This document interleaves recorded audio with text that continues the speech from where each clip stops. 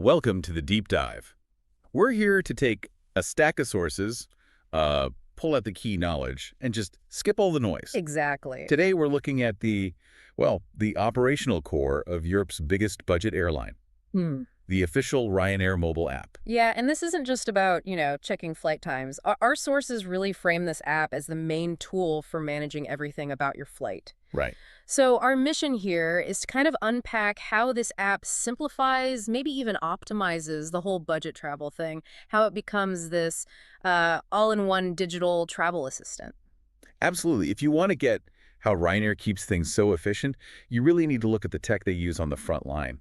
So today's a shortcut, really. We're digging into how they've put everything from finding a route, booking it right through boarding, even buying stuff on the plane, all into this one app. All in one place. Okay, let's jump in. First things first. Booking the trip. The foundation. When you fire up the app, that scale is immediately obvious. Sources say it's the main place to search, over 200 destinations and book those low fares. It's the starting block. And that's key. It's not just an option. It feels like it's the intended way to book. Gives them control over the experience, the data, right from the start. Okay. But the really interesting bit, operationally speaking, comes right after you book mobile check-in. Yeah, we all like checking in from, a cafe or whatever. But what does mobile check-in really mean for the airline? What's the angle there? Well, it's basically cost displacement. Simple as that. Okay. In the budget model, anything you, the customer, do yourself saves them paying someone. So you check in on your phone, you're saving Ryanair the cost of having staff at a desk for you. Okay. It's not just saving your time, it's optimizing their resources. Big time. That's a crucial way to think about it. It's not just helpful, it's sort of a mandatory labor transfer almost. Pretty much. And after that check-in, you get the mobile boarding pass. So paper boarding passes are basically history now. Totally. Yeah. The digital pass goes right to your phone, scan it at security, scan it at the gate. It just gets rid of that whole risk of people forgetting printouts, needing staff to reprint things. You've got the one critical thing you need right there. Makes sense. And what's really neat is how saving money and security line up here. Less paper means lower costs, less handling time. It smooths things out. Okay, so booking's done, check-in sorted, all very efficient. But then comes the tricky part with budget airlines, the extras. Let's talk booking management. Yes. This feels like where it gets really strategic for them, managing changes and adding all those extra things after you've paid for the basic flight. This is, arguably the most important part of the app financially, apart from selling the ticket itself. Really? Yeah. Sources show Ryanair, pretty much all low-cost carriers, makes a huge chunk of its money. The ancillary revenue from things like checked bags, picking your seat, priority boarding. And the app makes adding those things super easy, almost pushes you towards it after you've booked. Yeah. You can just pop in later and add priority boarding if you suddenly worry about overhead bin space or sort out your checked bags. Exactly. That ability to manage these things after the initial purchase, that's vital. Why is that? Because they can show a really low initial price, this fare. Then the app becomes this incredibly efficient upsell machine. It can even use dynamic pricing. Maybe that seat reservation or checked bag costs more closer to the flight date. The app handles all that. It's like personalized, profitable friction management. So it's not just a shop window. It's a pricing engine maximizing that extra revenue. Okay. So beyond the flight itself, how far does this app reach? Does it handle other parts of the trip? Oh, yeah. It aims for door-to-door. There's a whole section called Travel Extras. Okay. And this takes the app beyond just managing the flight into, total trip planning. Yeah. You can book ground stuff too, airport transfers, so taxis or shuttles, and arrange car hire right in the app. Okay, I get the convenience for the Traveler One app for everything. But for Ryanair, that sounds like a gold mine of data and, another way to make money. Absolutely. They partner with third-party services, probably through APIs, and likely take a commission on every car or taxi booked through their app. Right. Plus, by handling these extras, they gather really valuable data about your whole journey, not just the flight part. That data can then feed back into making their offers even more targeted later on. It's like a free concierge service that also makes them money and gathers data. Clever. Okay, let's shift to the actual journey. Once you're heading to the airport, things can get chaotic. How does the app help manage that in real time? It gives you real-time flight status updates. That's pretty standard now, but essential. But let's connect this back to the bigger picture, the operations.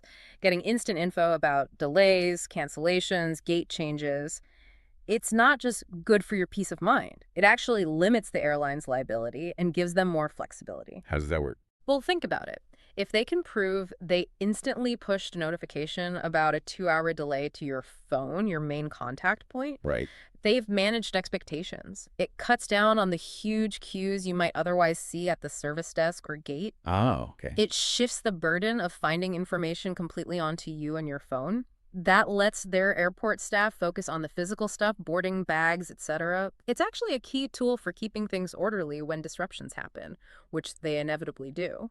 That's a really interesting take on the business reason behind those updates. Oh.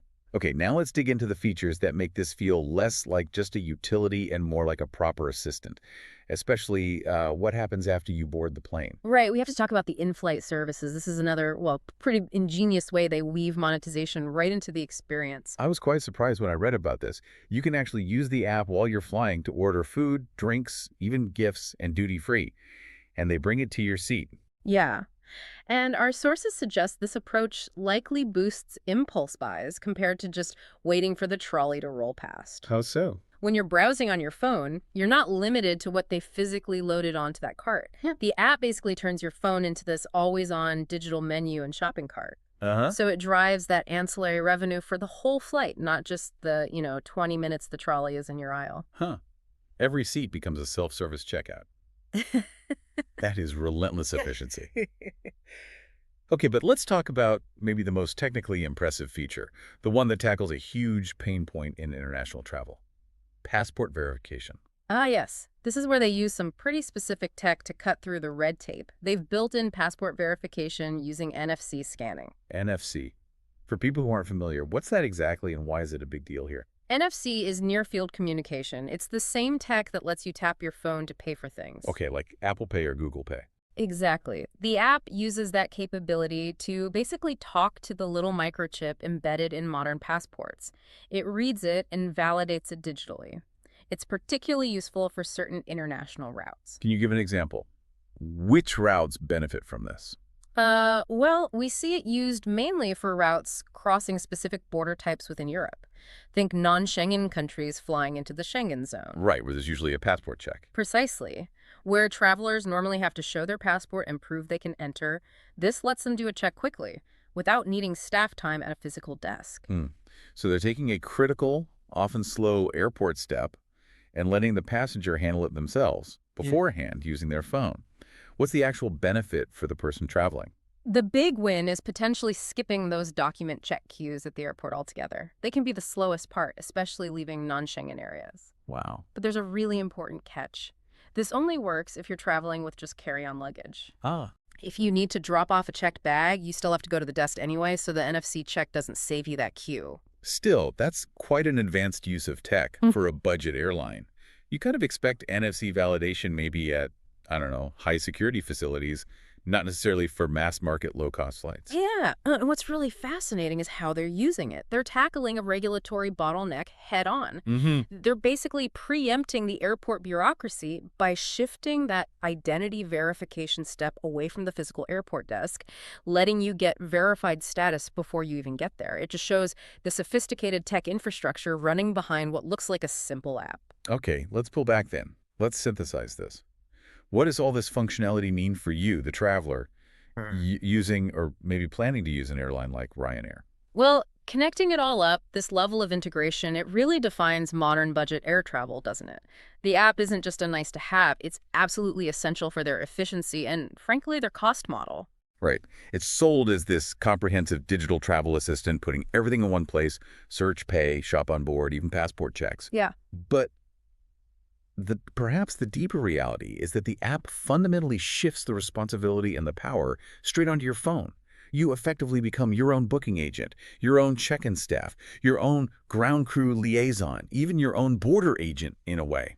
The airline is totally reliant on you being willing and able to do all these tasks yourself. And that's why the app has to be so good, so seamless. It makes all that self-service feel easy, almost invisible, often masking the underlying strategic cost savings for Ryanair.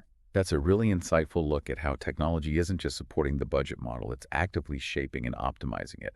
A really fascinating deep dive into just one app. And that brings us neatly to our final thought, something for you to maybe mull over. If this single app on your phone can already handle booking, check-in, alerts, shopping mid-flight, and even complex stuff like NFC passport verification, what airport tasks, beyond physically putting a bag on a belt, are actually left that require a face-to-face human interaction? And maybe more importantly, for how much longer? The timeline for automating away the human element in many airport processes seems to be getting shorter and shorter.